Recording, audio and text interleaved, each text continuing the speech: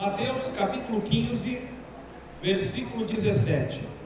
Ainda não compreendeis que tudo o que entra pela boca desce para o ventre e é lançado fora, mas o que sai da boca procede do coração, e isso contamina o homem, porque do coração procedem os maus pensamentos, mortes, adultérios, prostituição, furtos, falsos testemunhos e blasfêmias. São essas coisas que contaminam o homem, mas comer sem lavar as mãos, isso não contamina o homem. Agora Tiago capítulo 1, os versos são de número 14 e o de número 15, que nos diz assim: mas cada um é tentado quando atraído e engordado pela sua própria concupiscência. Depois, havendo a concupiscência concebido, dá à luz o pecado, e o pecado, sendo consumado, gera a morte. Amém? Amém, amém, irmãos? Amém. Meus queridos, a Bíblia Sagrada vai nos mostrar que nos dias em que Jesus estava a exercer o seu ministério terreno, na companhia dos seus 12 discípulos, existia na época alguns partidos religiosos, por que não dizer algumas facções religiosas. É bem verdade que na época o sentido facção não tinha o mesmo sentido pejorativo que nos dias atuais.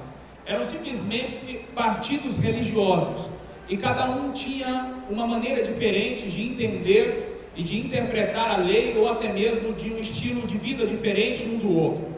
Esses partidos eram os partidos dos fariseus, saduceus, essênios, herodianos e os zelotes. Esse último grupo que eu acabei de citar, os zelotes, alguns vão acreditar que Judas, o discípulo de Jesus, fazia parte desse partido antes de acompanhar Jesus por 3 anos e meio. Os zelotes eram um partido político que lutava contra Roma, contra os seus ideais, contra as suas leis, e queria a todo custo tomar o poder. E talvez é por isso que quando Judas percebe que ao lado de Jesus ele não ia alcançar esses ideais, ele então resolve vendê-lo, ele então resolve traí-lo, porque Judas vai observar Jesus abrindo a boca e dizendo: meu reino não é deste mundo. Judas vai ver Jesus dizendo que não ajunteis tesouro na terra, onde a traça e a ferrugem consomem, onde os ladrões roubam, mas ajuntais um tesouro no céu. Talvez seja por isso que, por observar que ao lado de Jesus não ia ganhar nada, João vai mostrar que ele roubava aquilo que era depositado na salva, aquilo que era entregue como oferta, e posteriormente ele vai vender Jesus por 30 moedas de prata. Esses partidos religiosos, alguns deles, por exemplo, os fariseus, surgiram no período interbíblico. Algumas bíblias antigas vai mostrar entre os livros de Malaquias e Mateus algumas páginas em branco. Talvez na sua até hoje ainda tenha. Essas páginas vão simbolizar o período em que Deus esteve em silêncio com o homem. Foi um período aproximado de 400 anos, onde Deus não levantou nenhum profeta, onde Deus não falou com o homem por intermédio de profecia, ou até mesmo em sonhos ou visões. Deus esteve em silêncio, e pelo fato de Deus estar em silêncio com o homem, houve uma necessidade dentro deles de entender a lei, de interpretar a lei, de ser voz de Deus na terra. Com isso surgiram os fariseus, porque Israel tinha acabado de sair do cativeiro babilônico, onde esteve lá 70 anos. 70 anos aonde Deus cobrou os pecados da nação, porque não examinaram e não entenderam o que estava escrito nas Sagradas Escrituras.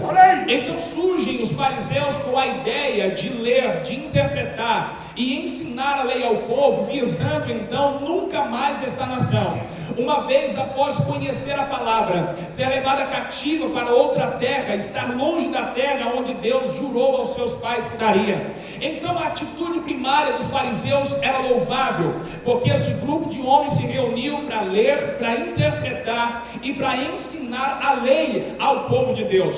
Mas o problema é que eles passaram a ser padrão de santidade. Como só eles liam, como só eles interpretavam e só eles ensinavam, Toda a multidão começou a olhar para os fariseus e a entender que eles eram um padrão de santidade. Então as pessoas diziam: quer ser santo, ande igual ao fariseu, quer ser santo, se comporte igual ao fariseu. E isso causou um problema entre eles, porque parece que subiu para a cabeça, porque agora os fariseus começaram então a se achar santos mais do que os outros.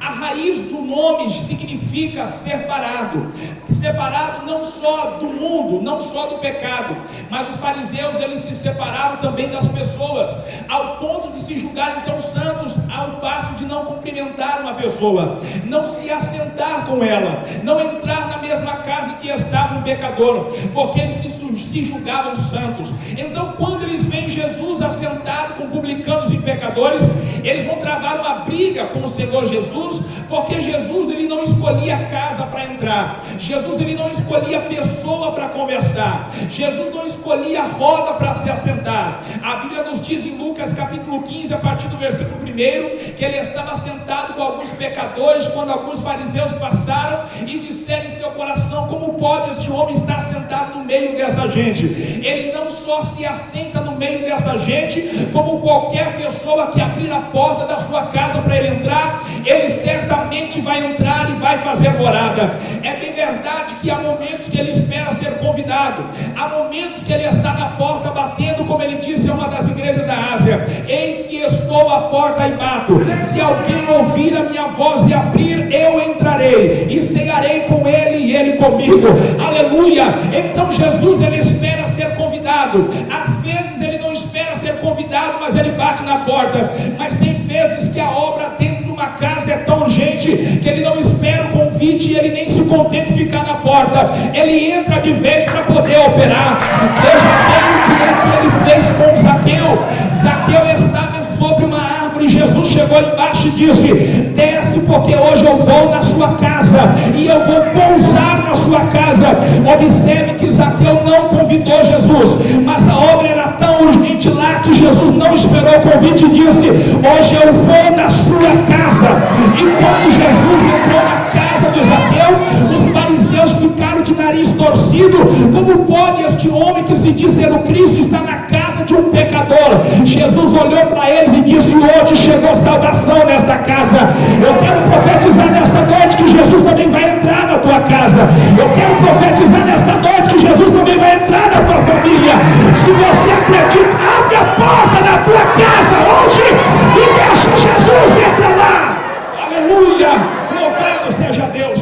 Então Jesus já arrumou briga com um dos partidos religiosos da época, que eram os fariseus. O segundo partido político que não andava e não se dava muito bem com Jesus era o grupo dos saduceus, porque os saduceus não acreditavam na ressurreição, e a base do ministério de Jesus é isso. Não dá para eu dizer que sou crente se eu não crer que Jesus ressuscitou. Não dá para dizer que vou morar no céu se eu não crer que Jesus está vivo e que Ele é o Deus Todo-Poderoso.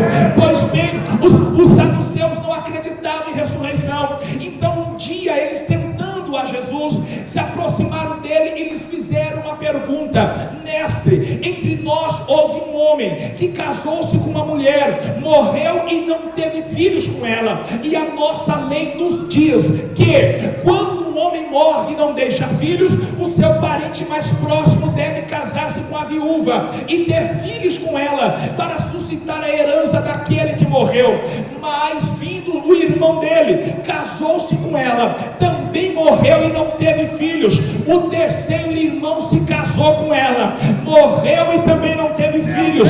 Assim aconteceu com o quarto, o quinto, o sexto, o sétimo irmão se casou com ela, morreu e não teve filhos.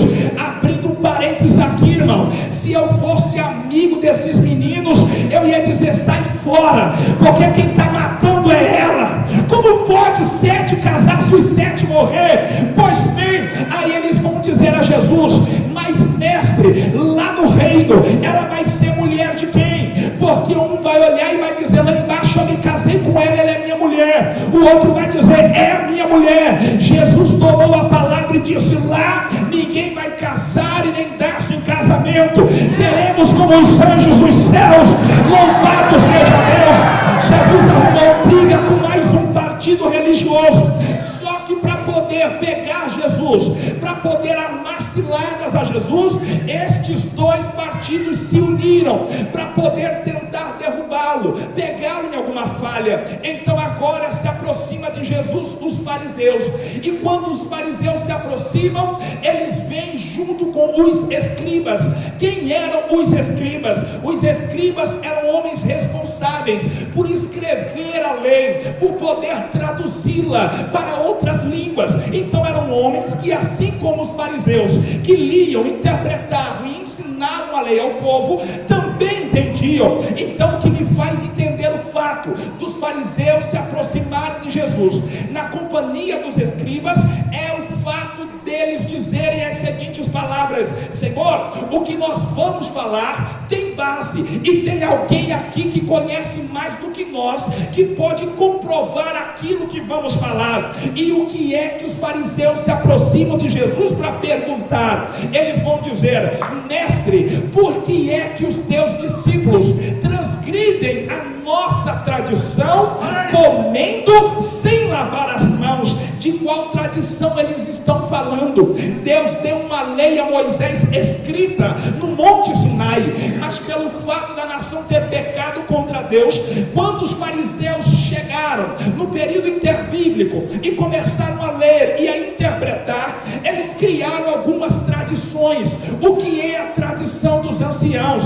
É a lei oral, é a maneira de interpretar a lei, mas de uma forma oral e não escrita. E qual foi o problema de tudo isso? Eles colocaram as tradições acima da lei que Deus havia dado, ao passo das tradições serem mais importantes do que a lei. Ou seja, a lei dizia para não matar, mas eles criaram uma cerca ao redor da lei. Então quem infringisse a tradição, o costume dos anciãos, para eles já tinha pecado contra Deus, mas na verdade não tinha ainda infringido a lei. Eu vou explicar para você entender.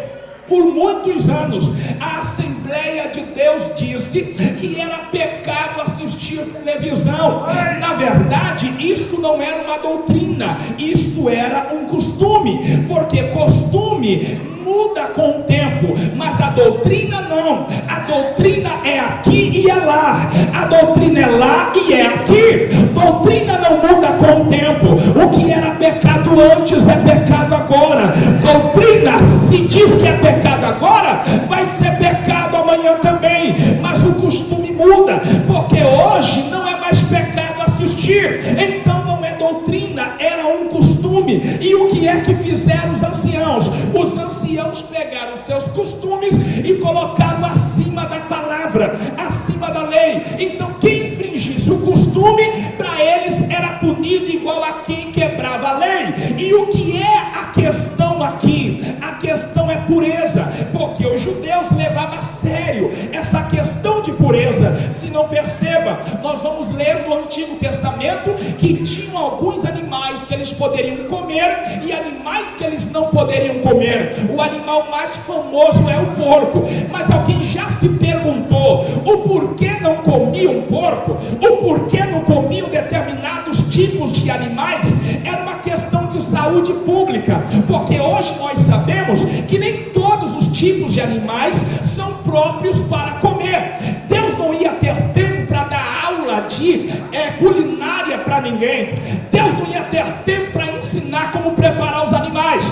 Então ele classificou o que era puro e classificou o que era impuro, e ninguém podia comer o que era impuro. Para os irmãos entenderem, na época tinha a lepra, e a lepra que nós conhecemos hoje é aquela que deforma, é aquela que mancha o corpo, é aquela que leva a óbito. Mas na época todo tipo de doença de pele era chamado de lepra. Por exemplo, eu tenho um problema de a minha pele é ressecada, se eu não passar hidratante, ela até racha, coça, e se eu vivesse naqueles dias, seria chamado de leproso. Por que é que todo leproso com problema de pele era colocado do lado de fora? Porque tem doença de pele que é contagiosa. Imagine o fulano no meio do grupo, ia contagiar todo mundo e morrer todo mundo. Então é melhor separar, é melhor colocar do lado de fora. Então eles classificavam e levavam a sério esse negócio de pureza. E aí os fariseus criaram uma tradição: já que comer alimentos impuros vai purificar a pessoa, tornando-a imunda, basta ele comer o alimento sem lavar as mãos, que ele também ficará imundo. Não era uma questão de higiene, era uma questão religiosa. Então qualquer pessoa que comesse sem lavar as mãos, para os fariseus já se tornava imundo. É por isso que eles vão se aproximar de Jesus quando veem os discípulos comendo sem lavar as mãos e perguntar: por que é que teus discípulos comem sem lavar as mãos? A primeira resposta está aqui: quem anda com Jesus, ainda que tente enxujá-lo, ele não vai se sujar, porque ele está andando com quem é santo. Aleluia! Se tentarem te sujar, se tentarem manchar as tuas vestes, o Deus Todo-Poderoso está aqui hoje para te limpar no nome de Jesus Cristo. Então eles estão preocupados com a tradição, com aquilo que pode, com aquilo que não pode. Já reparou? Tem crente que é desse jeito. Ele está preocupado com o que pode, está preocupado com o que não pode, sendo que na verdade ser crente é muito mais fácil, e para o céu é muito mais fácil, meu irmão. Tem gente que se preocupa com o jeito que você adora, com a maneira que você dá glória, mas quando o funk toca lá, ele não consegue segurar a esqueleto.